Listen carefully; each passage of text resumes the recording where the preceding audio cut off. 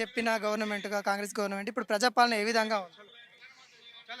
కేసీఆర్ పాలనతోని పోలిస్తే ప్రజాపాలన ఏం పెద్దది కాదండి. ఎందుకంటే 56 సంవత్సరాలలో చేయలేని పనులన్నీ 9 ఏండ్లలో చేస్తూ చేస్తూ వచ్చాడు. అన్నీ మొదలుపెట్టాడు. కొన్ని సక్సెస్ అయ్యాయి. కొన్ని సక్సెస్ అయ్యే ప్రాసెస్‌లో ఉన్నాయి. ఆ ప్రాసెస్‌లో క్షణికావేశంలో ప్రజలు ఏ ప్రలోభానికి గురయ్యారో తెలీదు గానీ, చేసిన తప్పుకు ఇప్పటి వరకు వాళ్ళు అబ్బా! ఎందుకీ తప్పు చేశామనే ఆలోచనలో ఉన్నారు. తప్పకుండా మళ్ళీ ఆ సంక్షేమ పథకాలను నెరవేర్చడం కోసం కేసీఆర్ వస్తాడు. ఆ ప్రజలు ఆ కేసీఆర్ సార్‌ని మళ్ళీ తెప్పించుకుంటారు. తప్పకంగా సంక్షేమ పథకాలనేటిది ప్రతి ఒక్క ఇంటికి చేరుతాయనేది బీఆర్ఎస్ కార్యకర్తలే గాని, ప్రజలే గాని అందరం బలంగా కోరుకుంటున్నామండి. కేసీఆర్ చాలా అప్పులు చేశాడు.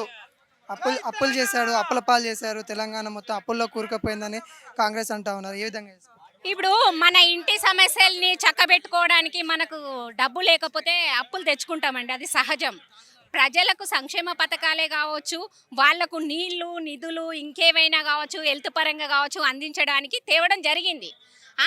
తెచ్చుకుంటాము, ఇచ్చుకుంటాము, తేర్పుకుంటామండి. అది పాలన. ఇప్పుడు వీళ్ళైతే తీసుకురారండి. వీళ్ళ ఇండ్లల నుండి అయితే పెట్టారు కదా! వాళ్ళు అప్పులు తేవాల్సిందే, ప్రజల నుండి వాళ్ళు చేయాల్సిందే. ఏదైనా మేం చేసే పాలననే వాళ్ళు చేస్తారు. కొత్తగా ఏ పాలన చేసేదైతే లేదు. కేసీఆర్ కూడా అదే అనుకున్నాడు. ప్రజల కోసం చేస్తున్నా అనుకున్నాడు కానీ అప్పు తెస్తున్నా అనుకోలేదు. మరి వీళ్ళ పాలన అయిపోయినాక ఇంకో వేరే వాళ్ళు కూడా అంటారు కదండి, అప్పులు తెచ్చిరనేసి. మరి గత 56 ఏళ్లలో వీళ్ళు అప్పులు చేయలేదా? ప్రజల కోసం ఏ సంక్షేమ పథకాలు పెట్టారు, ఏంది అనేది ఎవరికి తెలియదా అండి? ఆ పాలన ఈ పాలన అన్ని పాలనలైనా ప్రజల కోసమే చేస్తున్నారండి. ఇప్పటి వరకు ఆ కేసీఆర్ గారు అసెంబ్లీకి ఇంకా వెళ్ళలేదు. ఎందుకంటారు? అసెంబ్లీకి వెళ్ళలేదు అంటే తన హెల్త్ ఇష్యూస్ కావచ్చు, ఇంకేమైనా ఆలోచనలు ఉండొచ్చు. నేను ప్రజల్లోకి అసెంబ్లీకి వెళ్ళాలా, నేను ప్రజల్లోకి వెళ్ళి ప్రజల దగ్గరికి వెళ్ళాలా అనే ఆలోచన ఉండొచ్చు. ఆయన క్షణం తప్పు చేసి ఉండొచ్చు. ఏ మనిషి అయినా తప్పు చేస్తాడండి.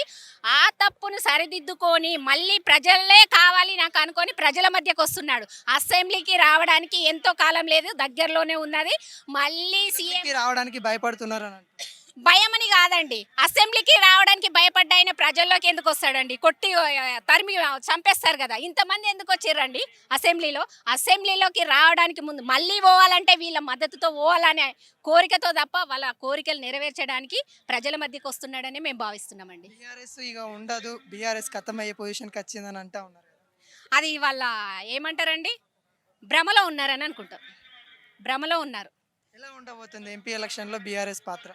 పక్కా ఉంటదనుకుంటున్నానండి. పక్కా మా బీఆర్ఎస్ ఎంపీలే వస్తారనేసి అనుకుంటున్నాం.